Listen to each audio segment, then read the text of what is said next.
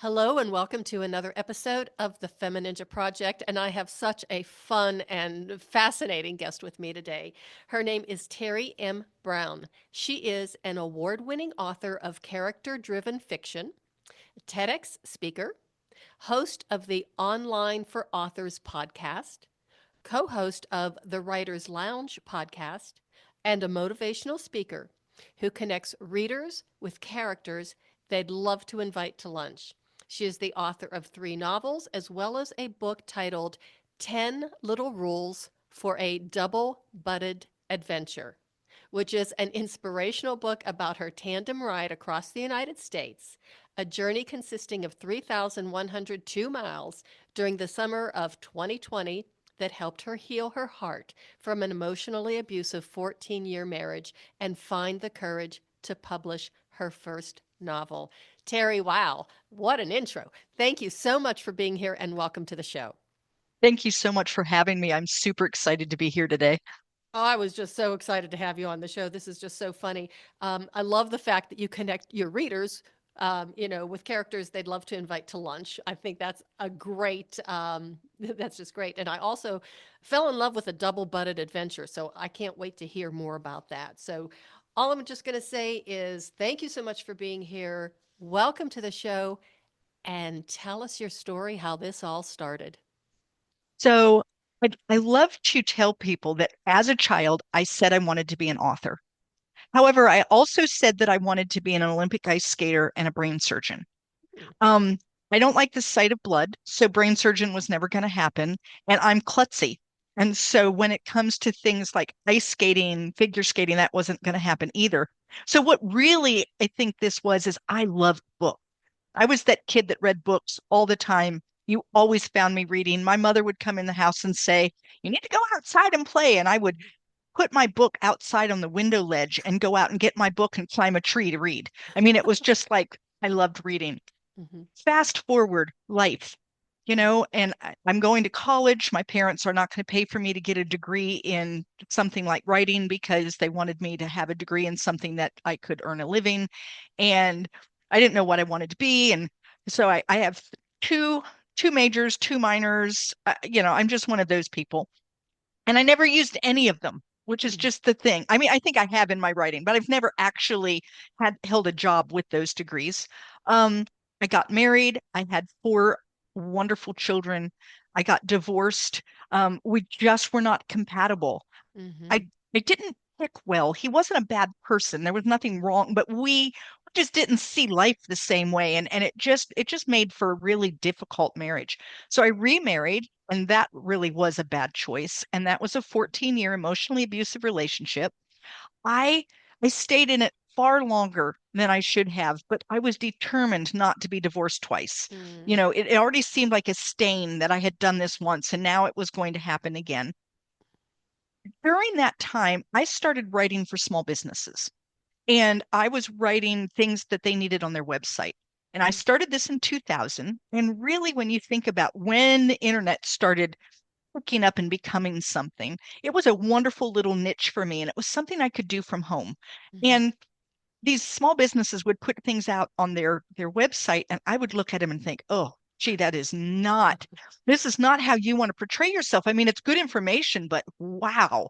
And so I realized there was this beautiful niche for me, and I jumped in and started doing that and loved it, but I wanted to write novels. That's really what I wanted to do, but I was terrified because Hmm. I'm living in this bad relationship.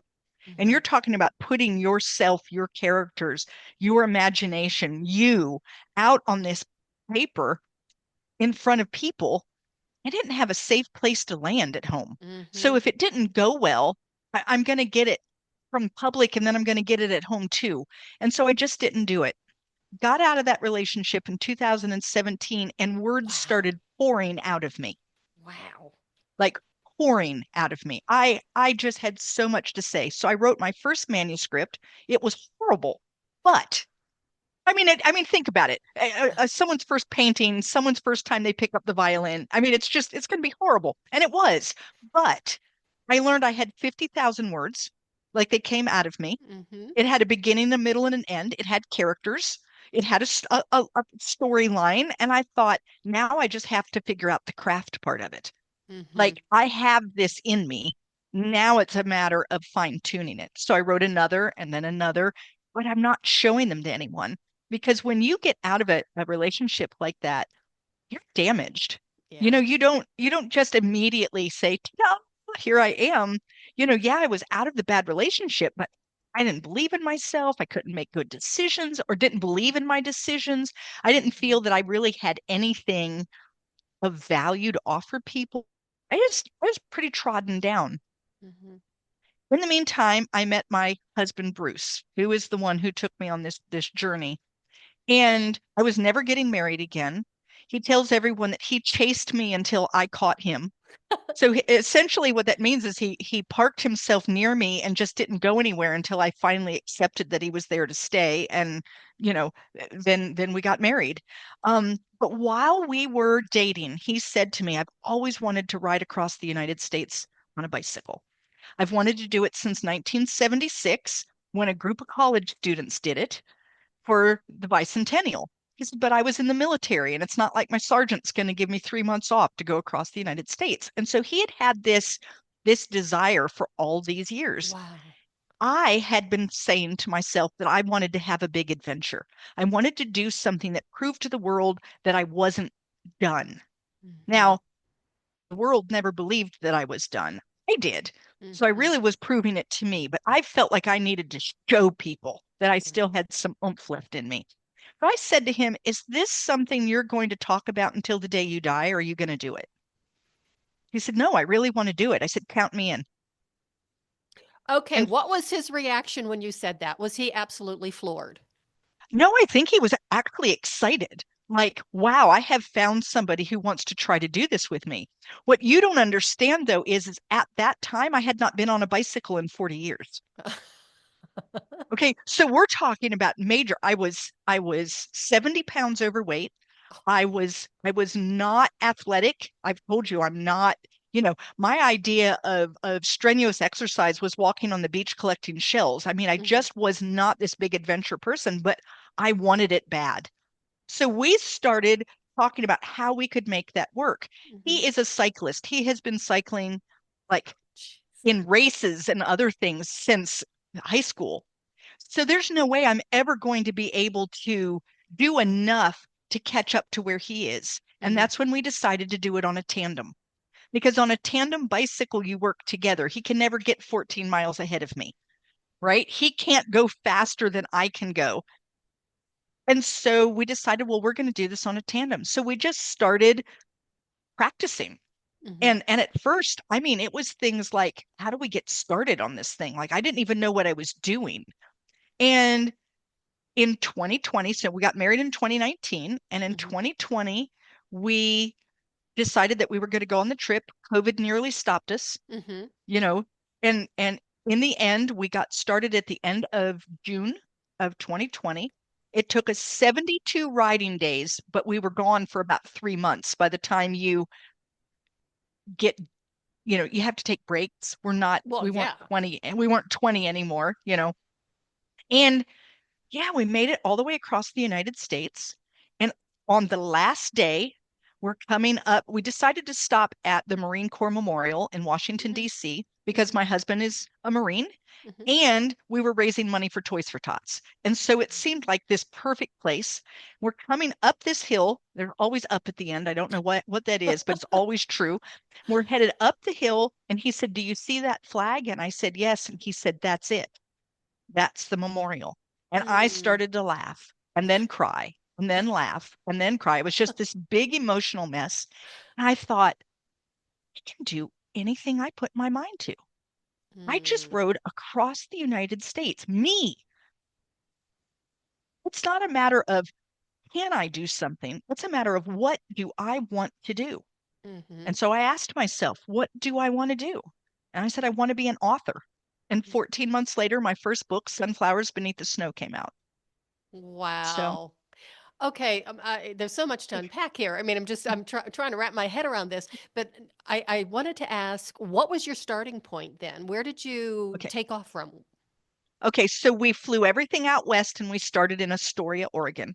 Oh, okay. Okay. And so we rode from Astoria, Oregon to Washington, D.C. And we actually pedaled 3,102 miles. Okay.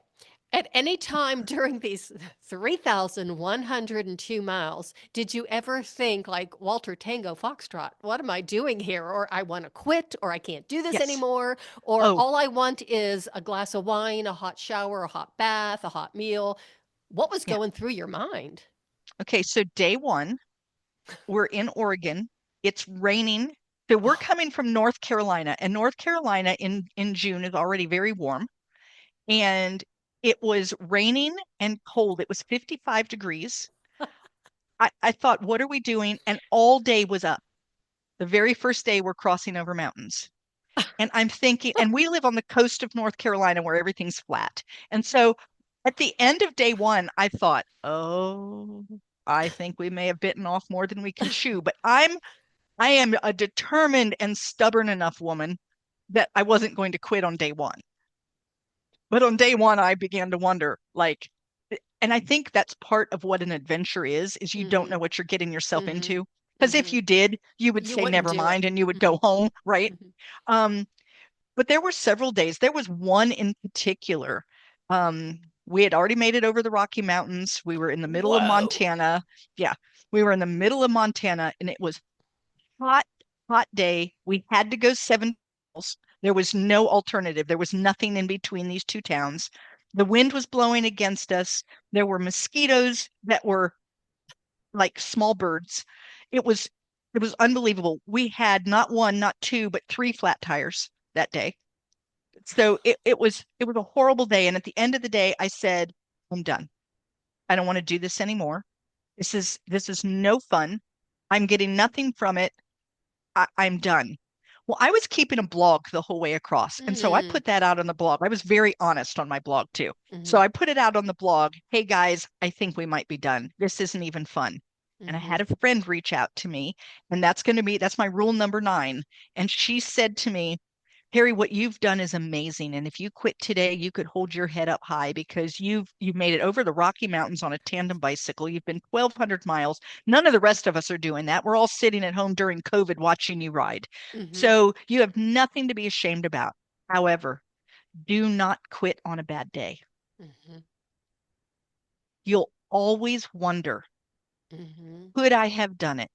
She said, so I recommend that you take a day and rest, or you try to take a couple of easy days and think about it and then make a decision. And then if you decide that quitting is the right answer, there's nothing wrong with deciding that you've had enough of something. Mm-hmm. But don't never quit on a bad day. And of course, we made it all the way across. And so that next day was a beautiful day. We had, oh, such a great ride. We got a great night's sleep that next night. Everything just was so good. Well, this rule, never quit on a bad day, has helped me over and over and over again since coming home. Because how many times are you doing something and you throw Mm-hmm. your hands in the air and you type, I'm done, I'm done, right?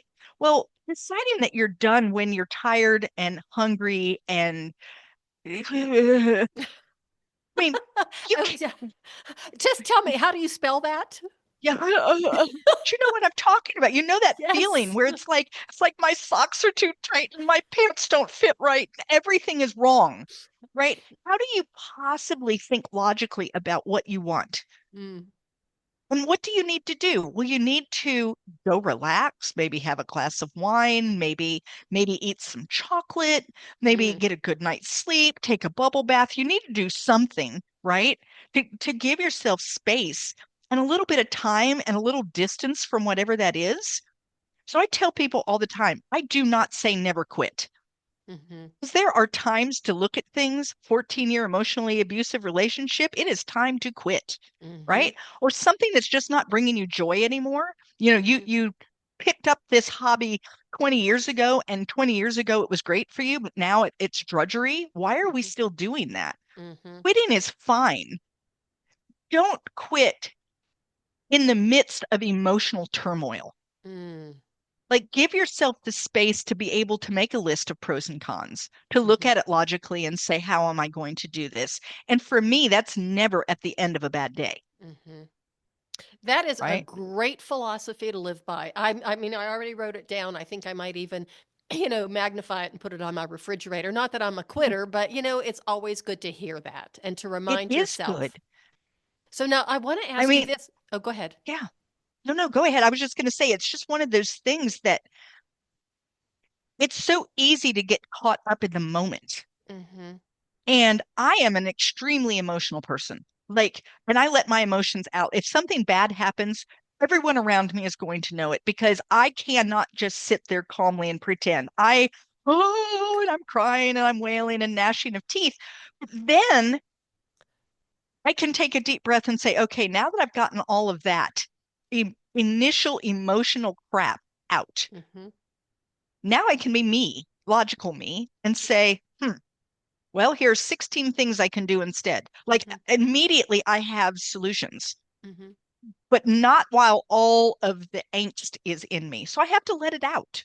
I Hmm. just learned that about myself. It's not something that I really love about me because sometimes I think it makes me look weak to someone who doesn't know me, as they watch me, flailing and falling apart. But I know me. And I know that once I'm done doing that, I'll come up with solutions Hmm. because I don't just quit. I don't just fall apart. I go ahead and say, okay, now what do I need to do? So I think that is incredibly healthy. I think because if you keep all that angst inside of you, which we were kind of like encouraged to do when we were Right. young, that just destroys you. I mean, it's bad for Oh, yeah. your physical, mental, emotional, psychological health and well-being. So to be able to just blah, all over the place and get it out, it's like, oh, I feel so much lighter. Why would Yeah. you hang on And to all of that toxicity?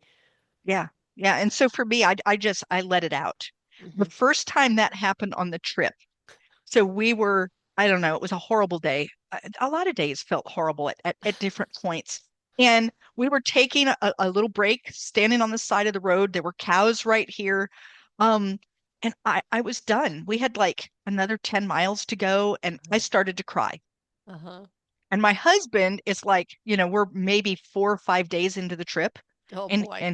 and he's kind of like half dancing. He comes over to me. He tries to hug me. I don't want him to touch me. Like, I just don't touch me. I just, and I'm crying, and you could see that he has these like deer in the headlight eyes because Hmm. what is he supposed to do with this? Hmm. Well, then within moments, I wiped my eyes and I said, "All right, let's get on the bike." And he looked at me and he said, "What?" And I said, "Well, we can't stay here. We can't sleep on the side of the road with the cows. And our next stopping point's 10 miles from here. The only way to get there is to ride. Let's go." And he was really shocked. I think he felt like maybe he had a bipolar someone, it was, but what had happened was is I got rid of the junk. Hmm. And then the logical part came out with Terry, as much as you don't want to get back on the bicycle and ride, what are your options? Hmm. Well, you don't have any. Okay, well then let's get back on the bike and ride because the sooner we get there, the sooner I can get off this stupid bike today and I can go, take a hot shower and get some pizza for dinner and won't I feel better? Hmm. Right? So, okay, now that's another question I had is that obviously then you didn't sleep, what I call it sleeping in the dirt, but I guess other people would call it camping. We But did camp too. We oh camped. So we God. yeah, we pulled a trailer with all of our camping gear. The problem was is in the very beginning. So it was 2020. Sometimes campgrounds were closed. Yes. Sometimes hotels were closed. We had to really suss out what's available to us at Uh-huh. this time Uh-huh. and be able to pivot and Uh-huh. say, okay, well, this is what we're going to do today. Okay, well, this is what we're going to do. Because you couldn't plan because COVID definitely didn't allow it. Yeah. Mhm. Okay, And by the way, that's not my strong suit. I camping. like plans. No, Yeah. plans. I Oh, love oh. plans. Me too. Are you a Virgo? No, I'm a Libra, Okay. Because I but mean I have to know in I'm a advance. I'm a planner. Hmm. In fact, people will say to me, "Well, what about spontaneity?" I said, "Oh, I love it as long as we plan for it." So I'm going to be spontaneous on Saturday from 9 to 11. Like I love that. yeah, Okay, so I want to back up a little bit more because I think you said you dragged a trailer behind we you. did. So We that did. means that you and Bruce were providing the manpower to drag this stuff behind you. So it wasn't Yes. just the two of you on a bike, it was the weight of a trailer with all of your stuff. Right. So the trailer is like a kid's trailer. I don't know if you've ever seen them on a bicycle where people can pull up to two children in one of these Right. trailers that Yeah. have. So that's what it was, and it was full of camping gear. We also had bags that hung on the wheels, front and back, and we each wore a backpack. Now the backpack was mostly water because we had these camel packs. Right. And so my backpack, especially mine, I am not strong in my upper body.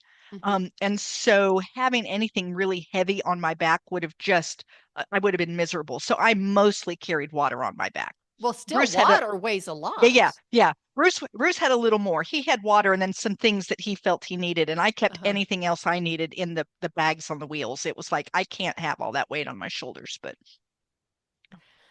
Okay. So once you finally did finish this ride, yeah.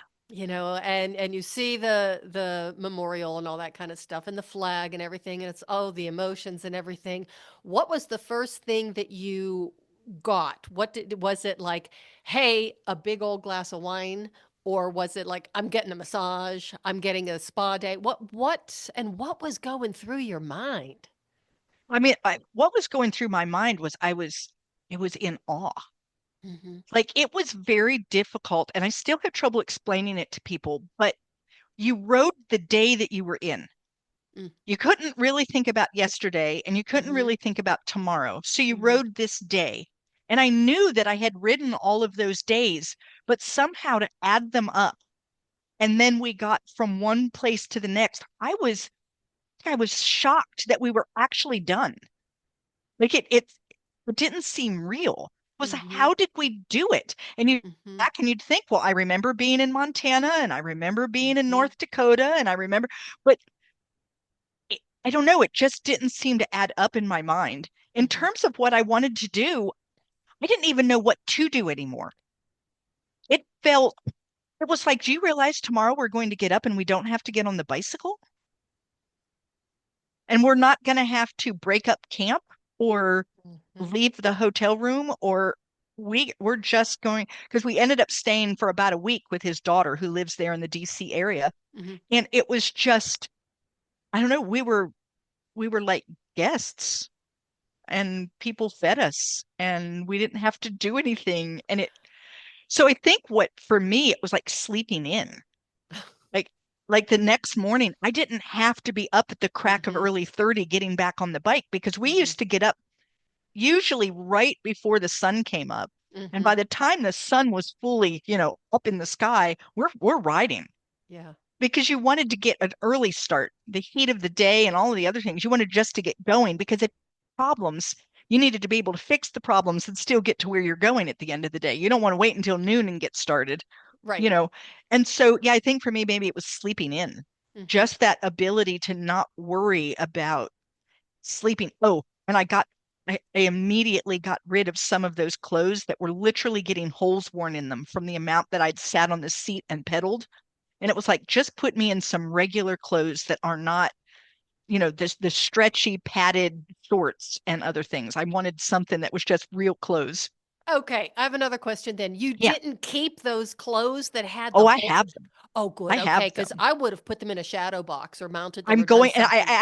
I actually have a shadow box planned. I've just never put it together, but I have a shadow box planned, Uh-huh. and I have some maps and my holy clothes and other things that are going to go in it. Yeah, absolutely. No, in terms of wearing them, it was like Uh-huh. I didn't want to put them on again. Oh, I'll bet. Yeah, it was like, oh, if I never put that on again, that'll be too soon. It was just, Okay, then another question I had, yeah, because of course, close friends and family, everybody knew you were going to be doing this. yeah, yeah, yeah. Were there people there to like see you off and wave you off and good luck and text and all that kind of stuff? And when you arrived at your end point, your landing point, were there people there waiting for you to greet you? So we had one person to see us off because Bruce had a cousin that lived out in Oregon. So Okay. you figure we're out in Oregon and all our family's on the East Coast and it's COVID. And it's It's COVID. not like they're all going to travel out there. But we did have a cousin and she waved us goodbye and off we went. On the side of coming in, we had a lot of people. Oh. And we had some of his daughters, we had grandchildren, we had a few of Oh. my friends from high school that lived in the area. I mean, there were people there with signs. Oh. There was even a news crew, a Mm-hmm. television news crew, because we had been raising money for Toys for Tots. And so they see us come in with, doing this as we come across. It was, yeah, the coming home part was really phenomenal. It just Uh-huh. felt so amazing. And then there was I crying and laughing I and was just going to crying say, and yes. laughing. Yeah. Was it Yeah. overwhelming to see all It those was, people to support you? and we didn't know, nobody had said they were coming. We knew that his one daughter Wow. and a couple of her kids were going to be there, and that's all we knew. Everyone else kept quiet about it. Wow. So to see the cheering, like all of a sudden you hear Yeah. this clapping and cheering and you realize it's for you. Oh, I'm getting chills just Yeah. thinking Oh, about it. But it I'm was not going to get awesome. on a bike and do that. But No, oh, you're not going how, to do that, huh? no, no, thanks. Anyhow, I've done a lot. I've done enough. That's not on my bucket list. But I do have a very, very dear friend who actually, she is the first woman to walk around the world. And she really Oh, did it. wow. I know it's a great story. You know, her book is 3 MPH. Polly Latovsky, I'm giving you another, shout out. You owe me lunch because I do this a lot. But I mean, it's just an amazing story because she was Yeah. walking by herself, and Wow. hers was for her why was to raise awareness for breast cancer, especially in countries where they did not have the technology or they did not Right. have the resources, or countries where women would rather die of breast cancer than show her bare breasts to a physician, a male physician, Right. that type of thing. So that was her why. And it took her, she said, 5 years to walk across, to finish the walk, and 6 years to write the book. It's a very long story. But as she was on, she was by herself, but she did have a team kind of like, at different stops to Right. watch out for her. But it was during that walk that 9/11 happened. And, then there were people contacting her from the US, come home, first plane out, blah, blah, blah. And she said no, she wasn't going to quit. Yeah. Yeah. Wow, that's pretty incredible. It Well, is what incredible. it I I think think it's no, I was going to incredible. say, I think when you make a decision that you're going to do something and you just go ahead and you're not going to let, and I know it was big, but Yeah, you're not going to let that derail you unless it has to. And that's what right. we said about COVID. Yeah. We're going to go ahead and try it. Hmm. Worst case scenario is we can't finish this, Hmm. and we have to rent a car and go home. That Hmm. COVID becomes a complete barrier and we can't make it. And I'm Hmm. sure she felt the same way, Hmm. that, I'm going to keep walking. And if it turns out that this will stop me and I can't go any further, well, then you have to Hmm. stop. But Hmm. why stop until that happens? Hmm. Absolutely. Like I said, that's a great philosophy to live by. And that basically was what she, her thought process as well is Yeah, that, I am not going to give up. I've come this far. And this was something that she had planned since she was 12 years old. yeah, So it had been a long time. So yeah. she was just not going to quit and not going to give up. But it was pretty amazing. Some of the stories that came from, her walk in that book, and even to this day, but she says she started her walk from Vail, Colorado. Hmm. And so everybody knew about this. She had a lot of sponsors, she had everybody knew about it. So everybody gathered around. She had friends and family, the entire town. People came in from all over the United States to cheer her on and to see her off. And they met at the town square.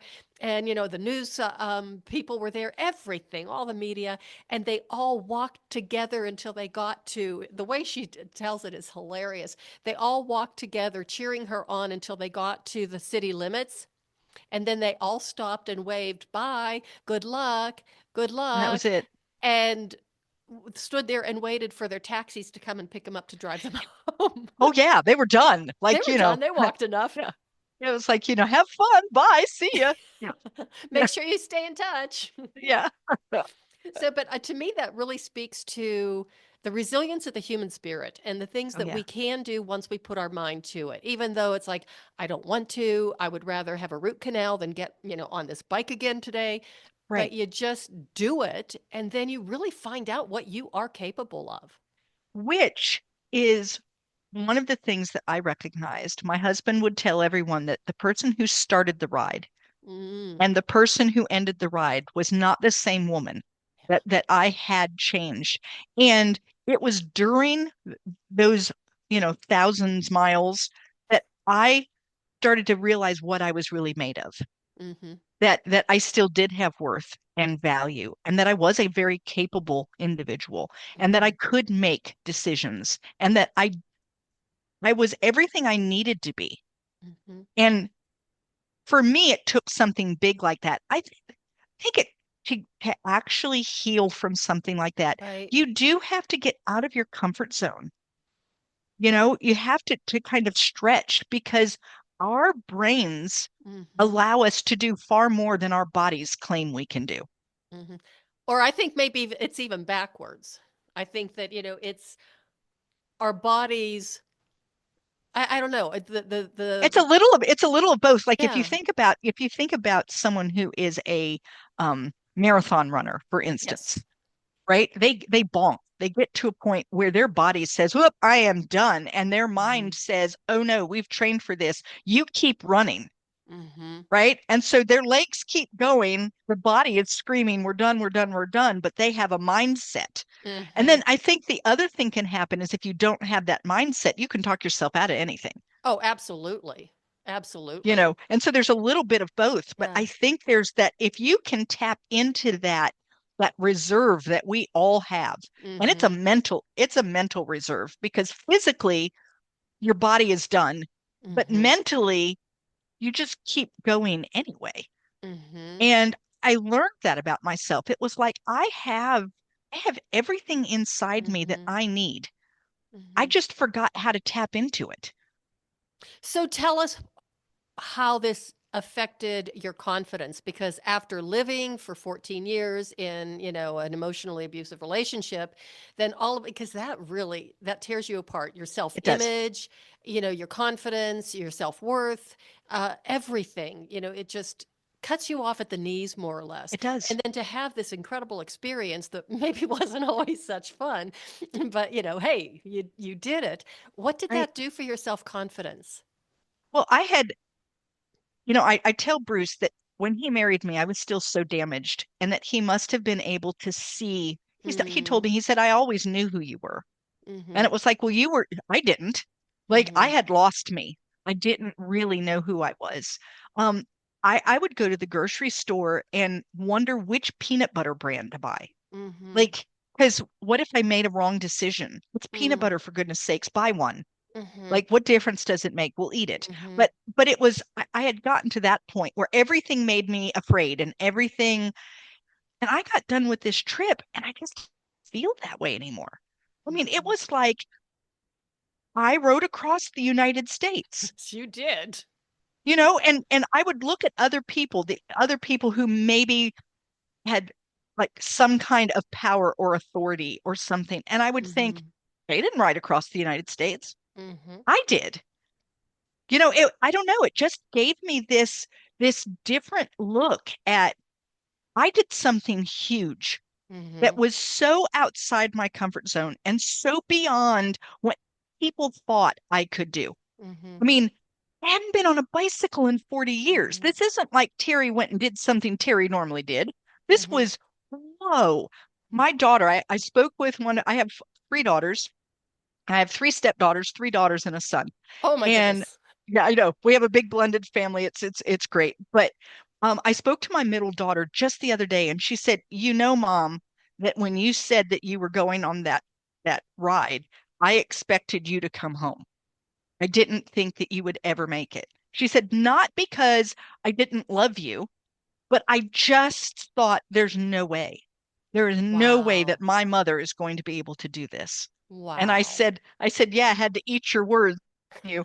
But it was that big that Mhm. people who loved me and believed in me even said, I just don't see this happening. Mhm. And yeah, so for me, now I don't know. I really do believe in myself now. Like, Mhm. can I do it? Yes, I can.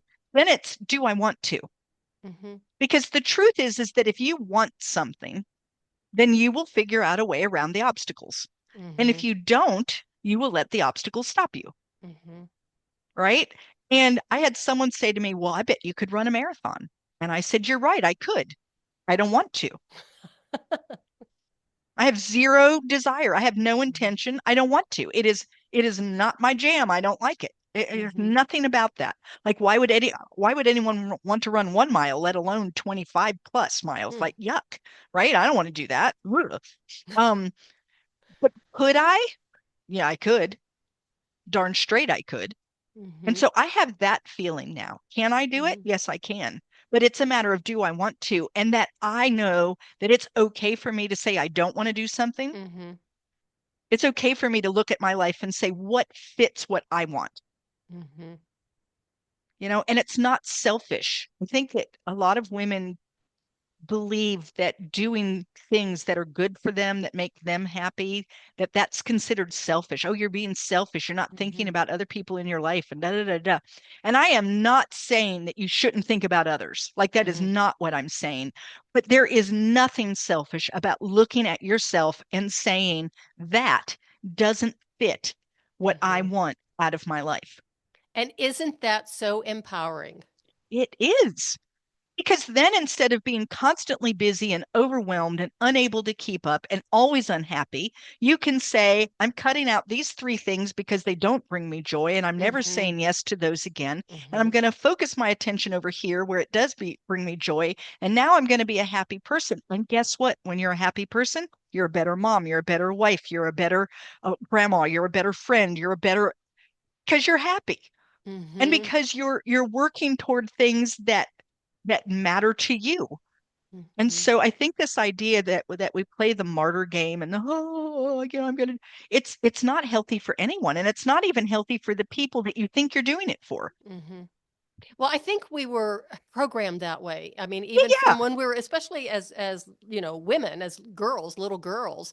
I was always taught. My sisters and I were always taught. You always put other people first. You're here to serve other people, and then, so that was kind of ingrained in my brain. And then, for God's sake, I end up in in the medical field where you're constantly looking out for other people and giving everything you've got and doing the overtime and extra shifts right, because other people are sick or they can't come in or their kid is, I right, mean, and you get on this like hamster wheel that you just can't get off of. right, right. And yeah, I've just learned. So I think for me, it was recognizing that my happiness matters, Mm-hmm. that I'm capable, Mm-hmm. and that I can make really good decisions Mm-hmm. and that I'm allowed to make really good decisions for myself and that that's an allowable thing. And yeah, so now when I'm faced with things, like I've Mm-hmm. got 17 things that I'm supposed to get done and I can look and say these are the ones I'm going to focus Mm-hmm. on and this right here, I'm going to let it go. Mm-hmm. And I'm not going to say yes to this anymore. This is no longer something that is feeding the parts of me that I need to feed. Mm-hmm. Okay, So, so now all of that awareness and all of yeah. that self confidence that you got from this trip, what I think is so fascinating is that gave you the courage or the Yeah. confidence to write your first novel. Yeah. And so Yes. tell us what that was. I mean, how did you come up with, let me see, because I've got all the names written Sunflowers down. beneath the snow. Yeah. I Yeah. love your titles. So, Thank I mean, you. was this something that had been in the back of your mind? It had been cooking in your brain for a long time, but you thought, oh, I who am I? I can't put pen to paper and know who's going to yeah. read the book. And I Yeah. mean, So I had actually written a first draft okay. and never showed it to anyone. And Okay. when I decided I wanted to be an author, I dusted that thing out off and I thought, okay, I'm just going to start showing it to people. And Hmm. I was super blessed to find an editor who saw in it what it could be Hmm. because I was showing it long before it was polished. I Hmm. shouldn't have been. I should have been working on it more, but I didn't even know that's what I was supposed to be doing. And this editor says to me, okay, so here's what I think this novel needs. Hmm. And they gave me some suggestions. Some people think that editors do rewriting. They do not. No. Oh, no. They do things like what goes, who's this character? Mhm. Need more here. I don't even know what the scene is here, like that kind of thing. And so they gave me some really good feedback. When Uh-huh. I went back and then wrote, so that at the time was like 52,000 words, I wrote another 30,000 words to Mhm. create this novel. Um, the idea came to me because this is about three generations of Ukrainian women. Starts in the Mhm. 1970s. It goes through 2014 when Russia invaded the first time. And this book came out 4 weeks before the current Ukrainian crisis. Wow. So it was total happenstance that I'm writing a book about Ukraine and this is happening in Ukraine. So do you have a Ukrainian background? Is that your No, I just have a friend. And she told me in 2016, when I was living in this bad relationship, this incredible story of something that really happened in her life. And I Mhm. thought, oh, that should be a movie. And then my husband encouraged me to write that story down. Mhm.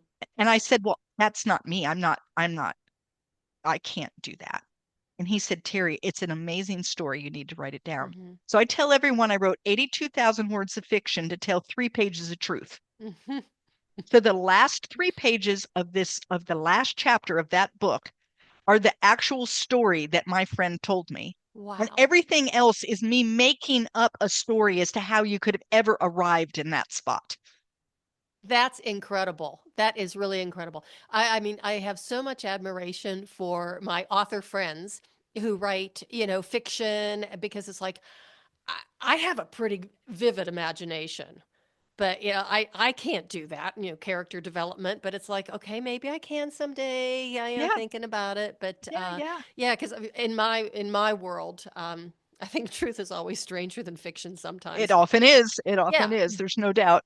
but there was the nugget of the true story that you worked Yeah. around. Yeah. And then my next book was An Enemy Mm-hmm. Like Me. So it's Mm-hmm. a World War II genre, but it's really quite different than your traditional World War Mm-hmm. II. I have a main character. His name is Jacob. Jacob's family is from Germany, Mm-hmm. but he was born in the United States. Okay. Jacob marries. He has a child. He thinks that his life is on track, and World War II happens. Oh. Yeah. Okay. He he doesn't go to war right away. His wife talks him out of it, but he finally decides he needs to fight. Mm-hmm. And he thinks he's going to fight the Japanese because Mm. Japanese bombed Pearl Harbor. He ends up in Germany Oh, and he realizes he's more like the enemy than he is different from the enemy.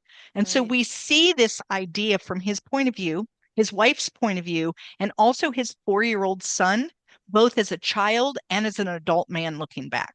Oh my So goodness. it's a dual Wow. timeline, 3 points of view, crazy story. And this one also has a tiny, tiny nugget of truth in it. Mm-hmm. My grandfather, my family is German heritage, although Mm-hmm. we've been in the United States since the 1700s. My maiden name was Buffmeyer, and in Germany it was Pulfenmeyer. I mean, we're very German. And Mm-hmm. my grandfather fought in World War II, and he fought in Mm-hmm. Germany. And as a teenager, he said to me one time, he rarely talked about the war, Yeah. rarely even brought it up. But one time he said to me, I always wondered if the person on the other side of my gun was a cousin. Mm-hmm. And oh, that stuck with me. And that's kind of Mm-hmm. where the premise of this book is if my grandfather felt that several generations into being American, what Right. would it feel like if it was a first generation American? And that's where I went with the story. Wow. Well, I'm proud to say that my family's been in this country since what 1926. Okay. Yeah, it's kind of something like that, Yeah. 1926. So Yeah. yeah, my Yeah. dad, my dad was actually an immigrant from Eastern Europe, Czechoslovakia at Okay. the time. It Yeah. was Czechoslovakia, and he and my grandfather was already here. There's a big backstory to that, and yes, I am working on the book Good. about Good. it. But so my grandfather was already here, and he was in the steel mills, working, and they had come over actually. I think my dad was just a year old when they came over the first time. And a year later, he had a near fatal accident where he pulled a pot of scalding chicken soup over himself. I mean, their living conditions were horrible. And so Right. my grandmother was cooking on a little, tiny, burner on the floor. And my dad was in the hospital for 6 months. My grandmother never left his side. She didn't understand a word of English. None of the staff spoke any Slovak. My Oh, grandfather was working, triple shifts at the mill to try and pay the medical bills. It's a long story. And then finally, of course, my father survived. And when they discharged him from the hospital, by this time they found an interpreter. They said, "Look, you can't stay here. He's surviving. He's doing okay. But if you really want him to thrive and recover, you've got to get him out of this environment with the dirt and the soot and right, the poor living conditions." They're like, "You need to go back to the farm in Europe where you have clean air, clean water, and good food and family and right. support." Well, the problem is my grandfather couldn't go back because he would have been shot. And we heard this story so many times, my sisters and I, as a little girl, and it's like, what do you mean he'd be shot? And we tried to put two and two together, but apparently he was technically a deserter because they had mandatory Yeah, service, the military the service, and military service, and he got a hardship, deferment because he had to work the family farm. So instead of working the farm, he ended he up, left. he left with his family. So he couldn't go back. So he sent Right. my grandmother and my father back to live with his family on the farm. And they were separated for 10 years. So my dad and my grandmother were on the last ship out of Calais before they closed the port. They left Europe on December 29th, 1939. And my father was 12 years old at the time. And of course, he didn't speak a word of English. 5 years later, he joined the Navy. Yeah. So see, that's a good story. You need to It's a write that one. great, yeah. Absolutely need to write that story. Yeah. So then a year later, my third book came out, which Mm-hmm. is Daughters of Green Mountain Gap. It's Mm-hmm. about healers in the mountains of North Carolina in the 1890s. So the oldest is Maggie, and Maggie is what is called a granny woman. Uh-huh. Granny women use roots and herbs and what I'd say is a little bit of mountain magic. Just Mm-hmm. this ability to like, I can't explain it, but wow. Mm-hmm. And then her daughter, for reasons you'll read in the book, thinks that her mother's way of healing is quackery. And she goes and goes all the way to Boston and becomes a nurse and tries to bring modern medicine. Of course, we're talking 1890s modern, but Right. modern Mm-hmm. medicine back into Mm-hmm. her community. Mm-hmm. She has a daughter who also wants to be a healer, who looks at grandma and looks at mom and realizes they both have such value. And they also both don't have it perfect because patients die. Her Mm-hmm. grandmother loses people and her mother loses people. Mm-hmm. And so she's kind of caught in this which way do we turn? And so it's really a look at like family values and just yeah, just that kind of look. And so that's where that book is. And then this is my fourth one, my 10 Little Rules for a Double-Butted Adventure, which is just things I learned about life Mm-hmm. while riding across the United States. If you're looking for a travel log, go read my blog because that Mm-hmm. has day by day by day by day. And Mm-hmm. that's not what this is. This book Mm-hmm. is things I learned, Mm-hmm. lessons that helped me lead a more adventurous life. Mm-hmm. And by adventure, I do not mean you have to get on a bicycle. I don't even mean that you have to do something physical like that, but it could be something like, do you want to change jobs? Mm-hmm. Do you want to move to a new location in the country? Are you considering getting into or out of a relationship? Have you found yourself empty nested and have no idea what you're supposed to do now? Mm-hmm. All of those things where you find yourself outside your norm. Mm-hmm. These 10 little rules might be a good guide to help you kind of navigate that. Mm-hmm. But even more importantly than that, I tell people I am not the guru. I do not know. These are not the Mm-hmm. only 10 rules, nor do I believe that if you follow these 10, everything will be perfect. Mm-hmm. But I give guided journaling questions at the end. Make up your own rules. Mm-hmm. Like if mine help you, great, use mine. If you Mm-hmm. only want to use three, use three. If you think you need 72 rules, make up your 72. Like, but Mm-hmm. it's just that maybe jumping off place of Mm-hmm. I feel stuck. Mm-hmm. And I'm hoping that maybe something that I learned doing this thing that was so outside of my comfort zone will maybe help you figure out how to live an adventurous life, whatever that looks like for you. So when you were writing this book, did you like go through, because it's almost like a memoir as well, right? Because Yes, it is. It's kind of, I tell people it's like memoir slash inspirational slash self-help. self-help slash journal. Yes. Okay. You got it Yeah, all. But yeah. as you were doing it and as you were writing this, were you experiencing that roller coaster ride of, I I was. mean, because I've written two so far, and the second one was a memoir, how I got into martial arts. And whoa, it was just this incredible emotional. The first Yeah. day, and it was during COVID that I really got serious about writing the memoir. So of course, everybody does something to keep them sane during COVID. But I was downstairs here. This is my girl cave. And I was typing and I was laughing so hard. Tears were just rolling down Yeah. my face because I was reliving this story as I was writing it. Then the next day I come downstairs and I'm writing another story and I'm like getting really ticked off. It's like, Yeah. how dare they do that to me? So it's really, really an Yeah. interesting experience. So the way I did it is I started reading my blog again and I'm taking notes, like what are my lessons? Like when I'm reading this, what am I learning from this? What I don't know, what are my chapters going to be? Like what am I gelling around? And yeah, you're right. I would read things, I'd start to laugh.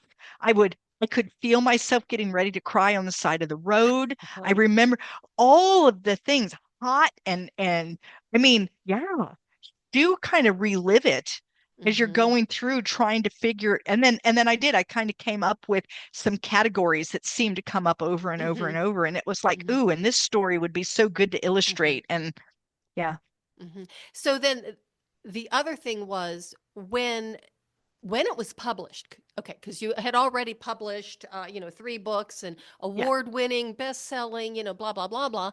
Once this book was published, did you have any hesitation? Did you have any sense of vulnerability, more so because it's your personal story rather than a novel? Yeah, so there is a lot of that. I think that I got over most of that while I was writing it. Mm, By the time I was ready to have it come out, I had decided that I was doing it. And mm-hmm, so there wasn't a hesitancy anymore. But yeah, when you're writing it, it's me. My characters are characters. They're made up. And am I in them? Well, sure I am, but they're not 100% me. right. And anybody who challenges me, it's like, no, it's fiction. It's Mm-hmm, fiction. This is a fiction character, right?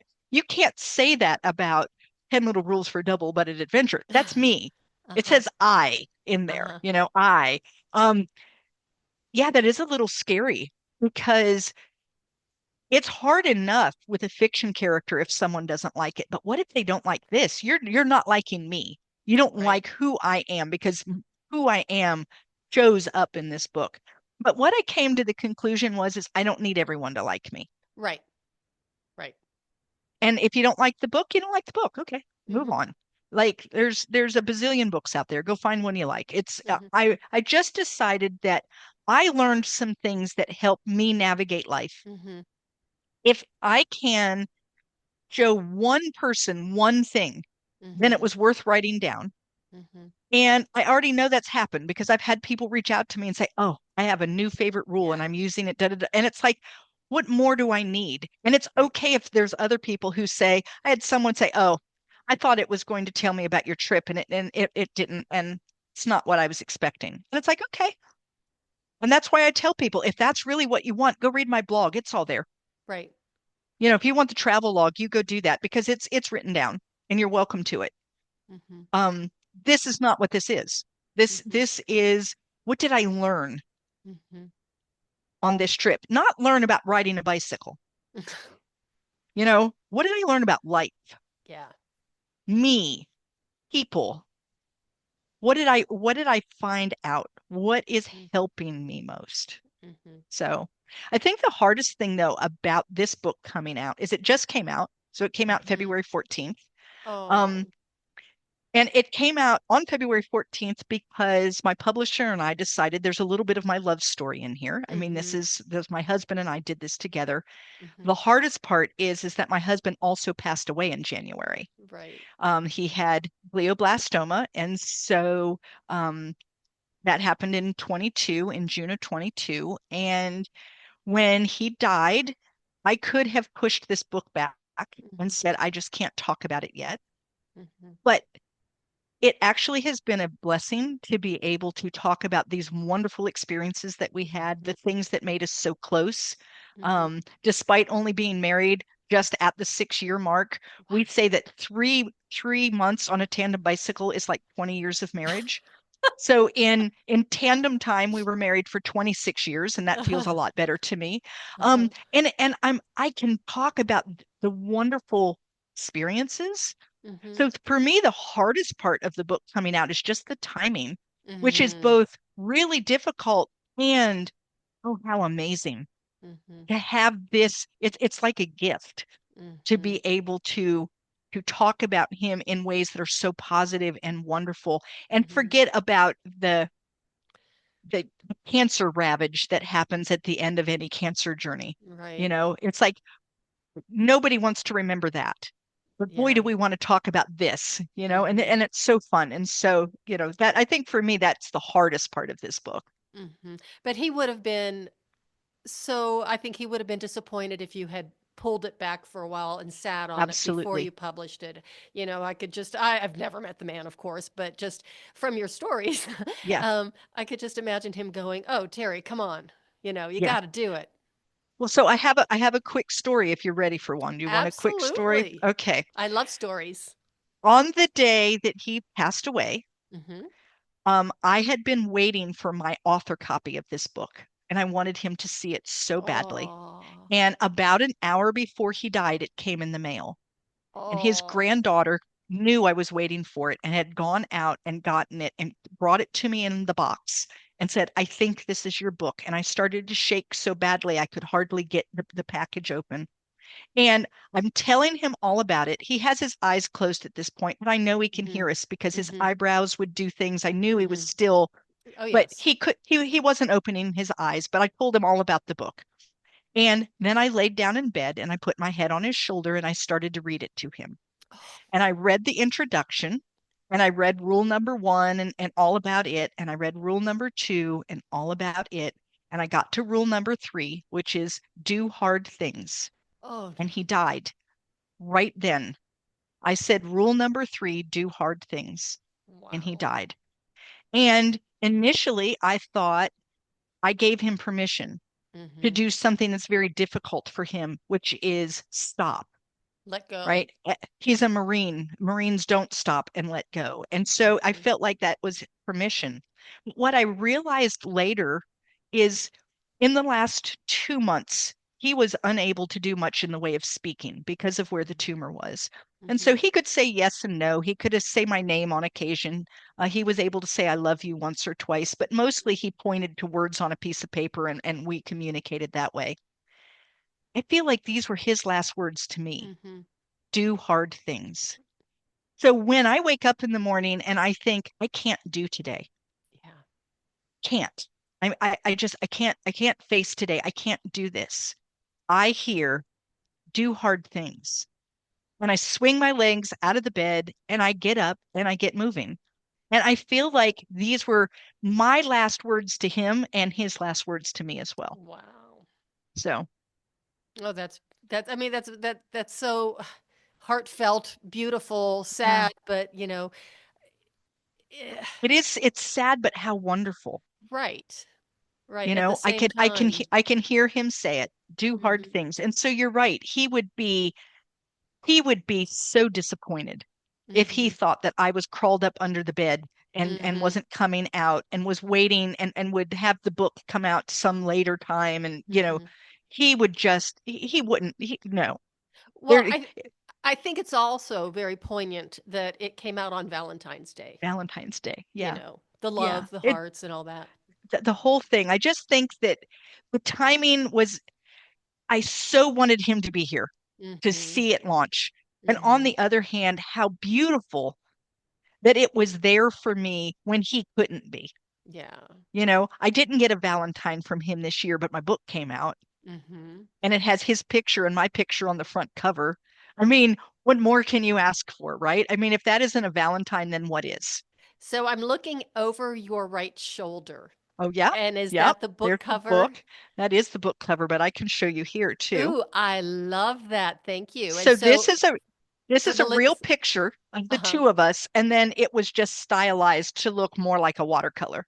Okay, and so was that smile then was genuine? Oh, yeah. At times you were really having a good time in spite No, of it. so we had it was the most amazing trip that I have ever taken. It was the most fun and the least fun, and it was the easiest and the hardest. It was all of those things. It was Hmm. it was exactly what it is, which is there are days where you want to pull out all your hair, and there are days where you feel Yep. like you're flying.